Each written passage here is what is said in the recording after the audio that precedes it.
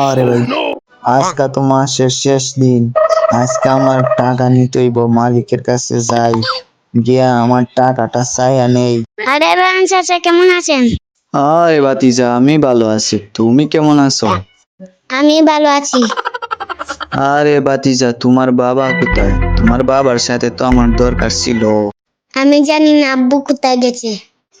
ও আচ্ছা ভাতিজা, তোমার আব্বু বাসায় আসলে তোমার আব্বুকে বলবা আমার বেতনটা দিয়া দিতে, বলতে পারবে? জি চাচা, আব্বু বাসায় আসলে আমি বলবো। আচ্ছা ভাতিজা, আমি এখন কাজে যাই। আরে আব্বু, রয়্যান চাচা বলেছেন তাই না বেতন নাকি দিতে। আচ্ছা, দিয়ে দেব, কোনো সমস্যা নাই বাবা। আমি এখন বাজারে যাব, তোমার কি কোনো কিছু লাগবে? লাগলে বলো। না আব্বু, আমার কিছু লাগবে না। আচ্ছা ঠিক আছে, এখন আমি বাজারে চলে যাই।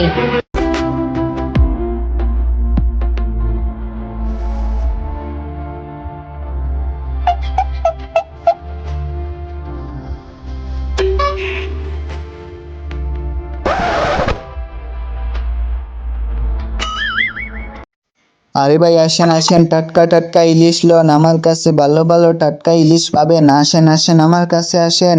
তাই নাকি? একটা ইলিশের দাম কত ভাই শুনি? আরে ভাই, একদম 500 টাকা, 500। দেখা লন, বাচ্চা লন, একদম 500 ভাই, 500।